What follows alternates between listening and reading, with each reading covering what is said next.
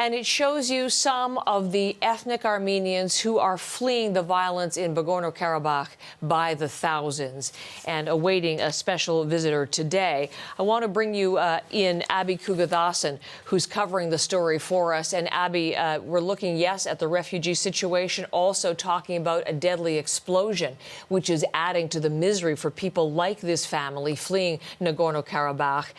What can you tell us about the situation, and specifically starting with that explosion?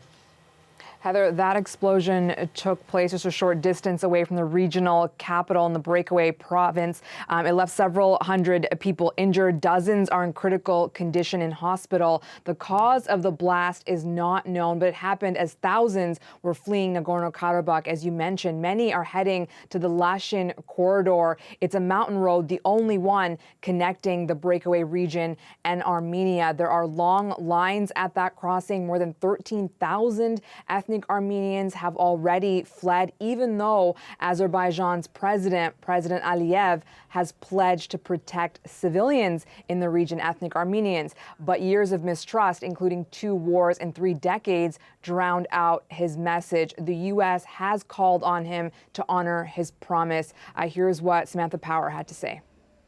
We are calling on Azerbaijan to maintain the ceasefire and take concrete steps to protect the rights of civilians in Nagorno-Karabakh.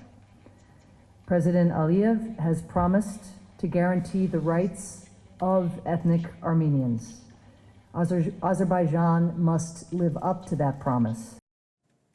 Now, Russian peacekeepers are in the region. Yerevan had counted on Moscow to be a security guarantor in Nagorno-Karabakh. But one woman who arrived in Armenia was absolutely furious with Russian forces, saying they weren't protecting her people. That sentiment has been echoed by Yerevan. Ties between Russia and Armenia had been pretty good, but ties have frayed since Russia invaded Ukraine. And Moscow is irritated that Armenia has been fostering closer ties to the United States. There were joint military exercises earlier this month. And Moscow, Heather, has blamed Washington for destabilizing the area.